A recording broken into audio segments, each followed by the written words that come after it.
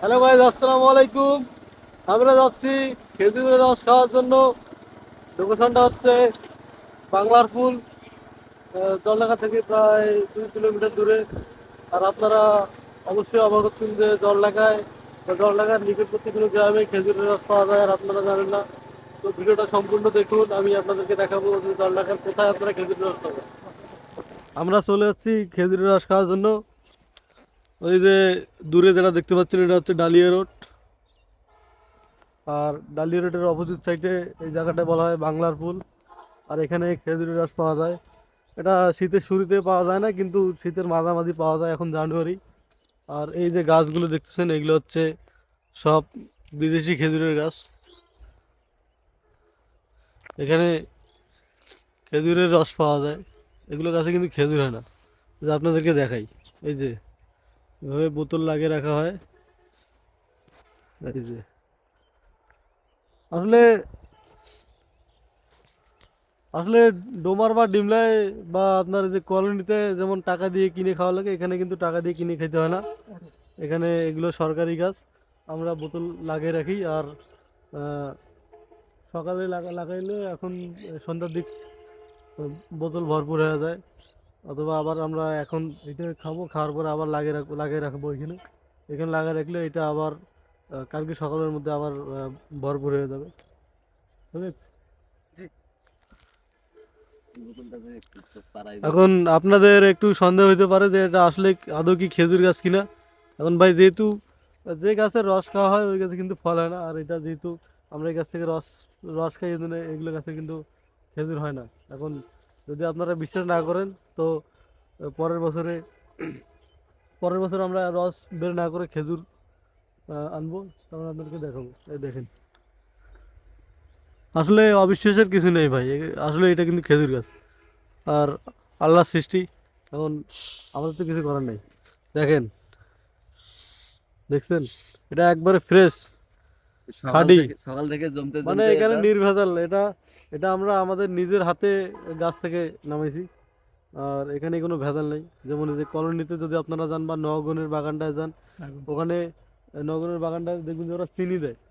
চিনি, গুড়ের পানি মিক্সচার করে গাছে টাঙিয়ে রাখে। এজন্য আমরা ওগুলো বিশ্বাস করি না।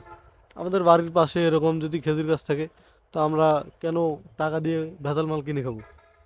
তো এই হচ্ছে, দেখাই আপনাদেরকে টেস্টটা কীরকম।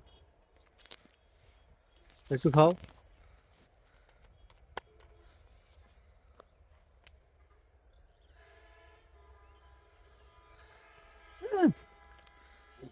কেমন কেমন? হ্যাপি সেই দিনে সেই সাথ করানি করানি দাও। খাও খাও। এটা কিন্তু পিওর, একবারে অথেন্টিক। দেখেন,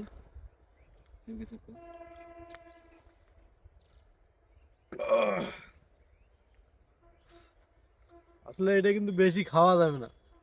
আপনারা যারা খেজুরের রস চিনেন তারা কিন্তু জানেন যে অরিজিনাল যে খেজুরের রস, এটা বেশি খাইলে কিন্তু মাথা ঘুরে অথবা নেশা হয়। এটা একটু টক টক থাকে, মানে মিষ্টিও থাকে কিন্তু একটু টক টক থাকে তারের মতো। আর আপনারা তো যেগুলো খান ওগুলো তো সব চিনি খান, এজন্য হয়তো আপনারা বুঝেন না।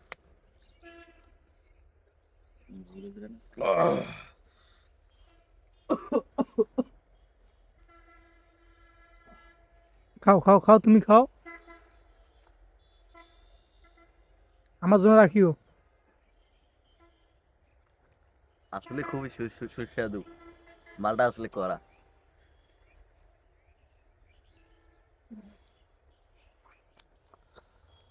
আপনারা দেখেন যে এখন সূর্য ডুবে যাবে, তো সূর্য ডোবার আগে এটা আবার আমাদেরকে এখানে রাখতে হবে, নাহলে আবার সমস্যা আছে। কারণ খেজুর গাছে সূর্য ডোবার পরে ওঠা যায় না।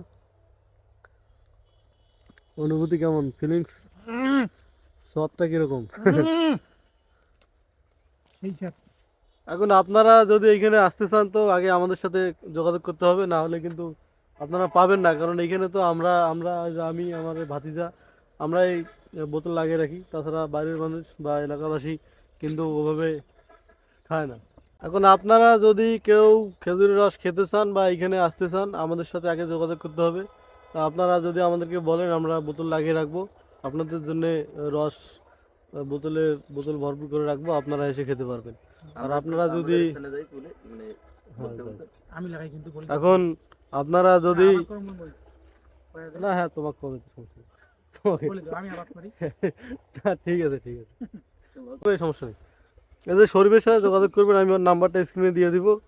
আর না হলে কিন্তু আপনারা যদি আসে কিন্তু আপনাদেরকে আবার ফিরে যাইতে হবে, কারণ বোতল তো আমরাই লাগিয়ে রাখি। এখন আমরা আমাদের যেদিন মন চাই আমরা ওদিন লাগাই না।